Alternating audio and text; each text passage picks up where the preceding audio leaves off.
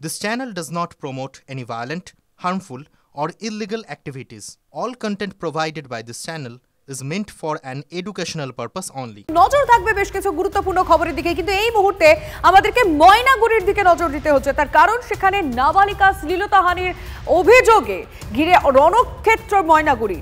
পথ অবরোধ করে বিক্ষোভ উত্তেজিত জনতার। অবরোধ তুলতে পুলিশের লাঠিচার্জ, ছোড়া হলো কাঁদানে গ্যাসের শেল, নামলো র্যাফ। সেই ছবি দেখছেন সরাসরি এই মুহূর্তে TV9 বাংলার পর্দায়। ময়নাগুড়িতে নাবালিকা শ্লীলতাহানি, যে ছাত্রী শ্লীলতাহানি হয়েছে, সেই ঘটনাকে কেন্দ্র করে রণক্ষেত্রের পরিস্থিতি। ছবিটা দেখালাম, আর এই মুহূর্তে কি সিচুয়েশন সেখানকার, আমাদের রিপোর্টার নীলেশ্বর এই মুহূর্তে আমাদের সঙ্গে রয়েছেন। সরাসরি জানতে চাইবো, নীলেশ্বর, পরিস্থিতি কি এখনো একই রকম, না কিছুটা পুলিশ নিয়ন্ত্রণ রাখতে পেরেছে এখন? দেখো লিমা, প্রথমেই তোমাকে আমি বলে রাখি যে এই মুহূর্তে পুলিশ সুপার আমাদেরকে যেটা জানাচ্ছে যে পরিস্থিতি আপাতত নিয়ন্ত্রণে রয়েছে। তবে এই যে ঘটনা, এই ঘটনা সম্পূর্ণটা গুজব, এবং গুজব ছড়িয়ে দিয়ে অশান্তি করার চেষ্টা, এবং সেই ঘটনাকে কেন্দ্র করে কিন্তু আজকে কার্যত রণক্ষেত্র হয়ে ওঠে। কোনটা গুজব নীলেশ্বর?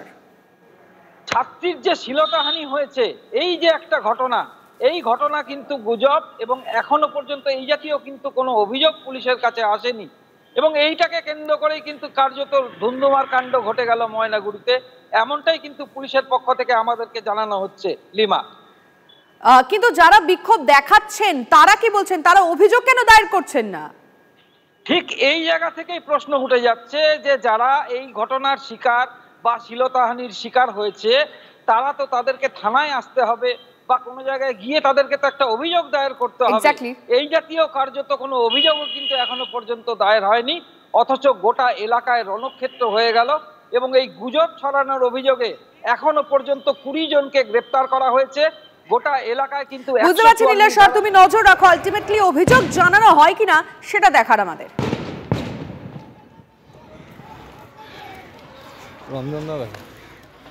সবাই কাছে সব রোগ এখান থেকে বেরিয়ে গেছে, পুরো ঠিক আছে। যারা পুলিশের উপরে আক্রমণ করেছিল ওরা আমরা অ্যারেস্ট করে দিয়েছি। এর মধ্যে আমাদের দুটো পুলিশের গাড়ির উপরে পাথর ফেলেছিল, যারা কাজটা ভেঙেছে। আর বাকি আমরা এখনই কন্টিনিউ এরিয়াতে পেট্রোলিং হচ্ছে, সব শান্তিপূর্ণ আছে। এটা কোনোভাবে কোনো ঘটনা এখানে হয়নি। আননেসেসারি রুমার্স দিয়ে এটা পথ অবরোধ এখানে কিছু লোক করেছিল, যারা ইচ্ছা করে এই করেছে তাকে আমরা চিহ্নিত করতে পেরেছি, আর উপরে আমরা কেস করবো আর অ্যারেস্ট করবো।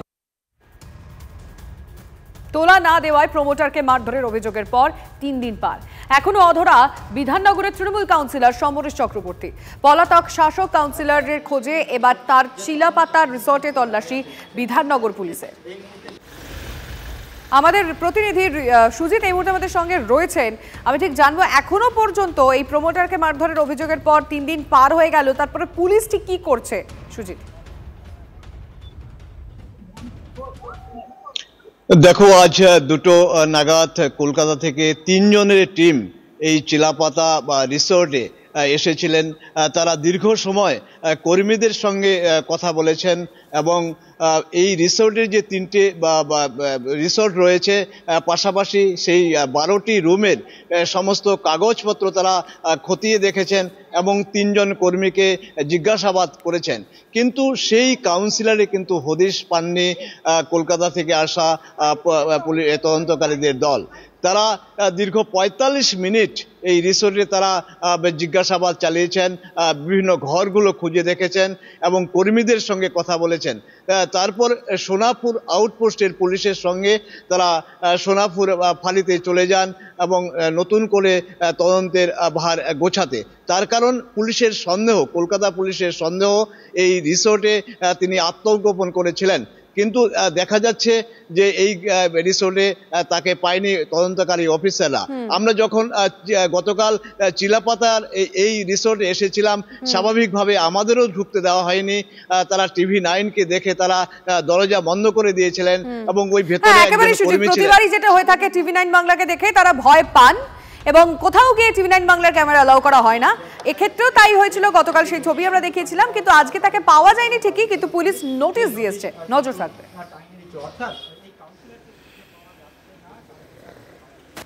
নিধিরাম সর্দারের কায়দায় ভারতকে পরমাণু হুঁশিয়ারি বাংলাদেশি কর্নেলের। মৌলবাদীদের পর এবার ভারতে পরমাণু ফেলার হুমকি এলপিটি চেয়ারম্যানের। বন্ধু দেশ থেকে পরমাণু বোমা নিয়ে ভারতকে ফেলার হুমকি। এবং কোথাও গিয়ে বলছে কলা চুষবো না, নিউক্লিয়ার বম লঞ্চ করা হবে। হাস্যকর হুঙ্কার বাংলাদেশি কর্নেলের। বিশ্বজুড়ে কোণঠাসা হলেও ফের মৌলবাদীদের কট্টর হুঁশিয়ারি। আবার ভারত দখলের ফাঁকা বুলি ছড়িয়ে দেওয়া গরমের চেষ্টা। আবার ভারত দখলের ফাঁকা বুলি ছড়িয়ে হাওয়া গরমের চেষ্টা করছে মুফতি কাজী মোহাম্মদ ইব্রাহিম। দরকার হলে গোটা ভারত দখল করা হবে, এই হুমকিতেই থামেননি মৌলবাদী নেতা। ভারত দখলের কারণ বলতে গিয়ে আজব যুক্তিও সাজিয়েছেন। আপনিও শুনুন। ভারত যখন ব্রিটিশরা নেয় তখন মুসলিমরা ছিল শাসক। ব্রিটিশরা নবাব সিরাজ থেকে নিয়েছে বাংলা, বিহার, উড়িষ্যা, আর সমগ্র ভারত নিয়েছে মোগল থেকে। বাংলাদেশেও ব্রিটিশরা নিয়েছে মুসলমানদের থেকে এবং ভারতও নিয়েছে মুসলমানদের থেকে। আমরা আবার ফেরত চাইব, যেহেতু আমরা আমাদের সাম্রাজ্য ভারত মুসলিম শাসক ছিল না। হাদিসে এটা আছে যে আবার একবার মুসলিমরা ভারতের শাসক। তোমার কোনো ফরক না, তুমি যে বাহ্যিক উঠাইবে ওগুলি ভয় করি না। আমাদের হাতিয়ারগুলি মঙ্গলা শনির বেল্টে। এই হুঁশিয়ারি কি প্রথম? না না, বিগত কয়েকদিন ধরে বাংলাদেশের একের পর এক নেতারা এভাবেই ভারতকে হুঁশিয়ারি দিচ্ছেন, হুমকি দিচ্ছেন। শোনা যাক আরো একবার। নির্ভর আমার এখানে পেঁয়াজ হয়, ভারতের পেঁয়াজের চাইতে আমাদের পেঁয়াজের ঝাঁজ অনেক বেশি। ইন্ডিয়ান শাড়ি ভারতের শাড়ি কিনবে না, ভারতের সাবান কিনবে না, ভারতের কোনো মশলা কিনবে না।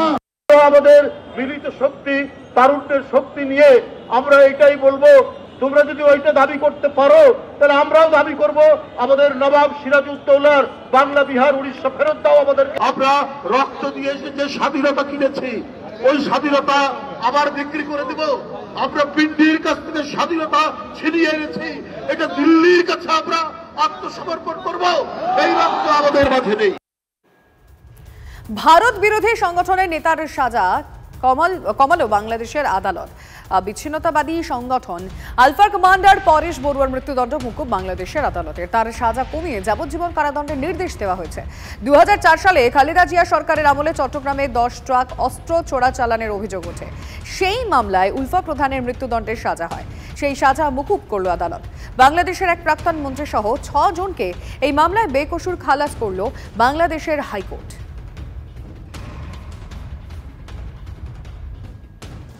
আদানি ইস্যুতে কংগ্রেসের রাজভবন অভিযান ঘিরে ধুন্ধুমার। পুলিশ মিছিল আটকাতেই ধস্তাধস্তি। অসুস্থ হয়ে পড়লেন কয়েকজন কংগ্রেস কর্মী। রাস্তায় বসে বিক্ষোভ দেখানো হয়, সেই ছবি আরো একবার।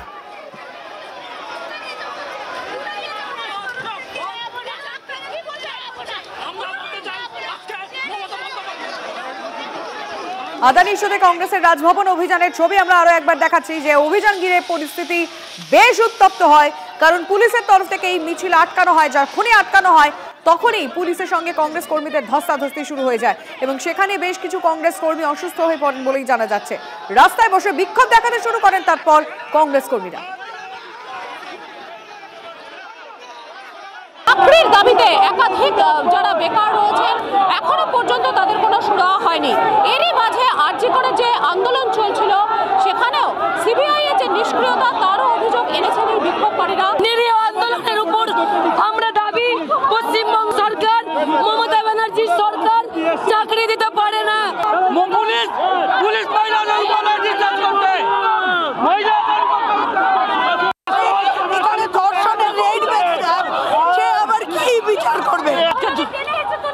যে রাজ্যের একজন মহিলা মুখ্যমন্ত্রী, সেই রাজ্যে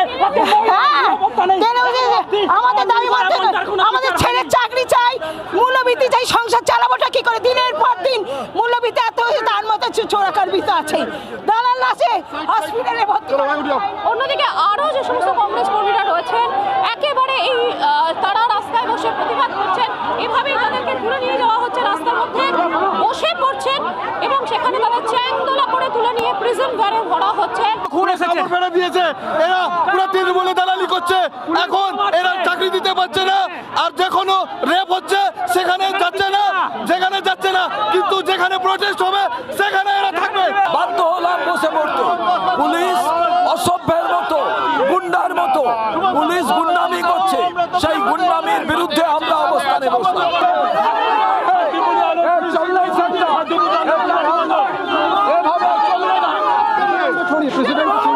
আমরা চাইছি আরজি করের মূল দোষীকে গ্রেফতার করা হোক।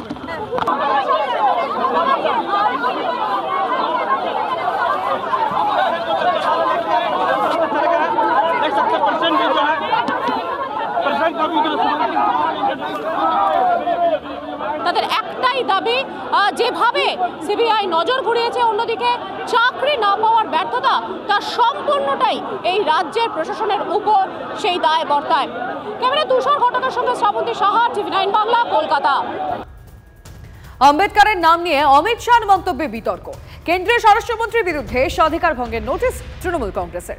রাজ্যসভা থেকে ওয়াকআউট করল তৃণমূল। প্রতিবাদে সরব কংগ্রেসও। সংসদ চত্বরে আম্বেদকরের ছবি নিয়ে বিক্ষোভ।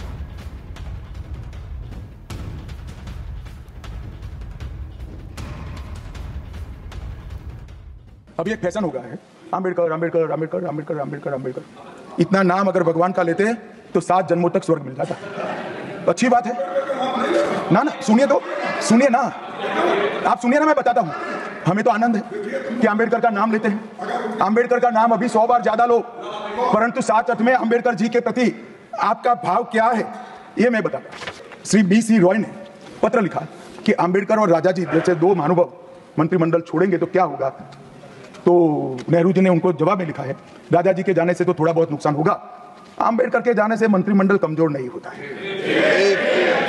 मान्यवर ये विचार जो खड़गे जी कह रहे हैं ना, क्या आपत्ति है? जिसका विरोध करते हो उसका वोट के लिए नाम देना कितना उचित है?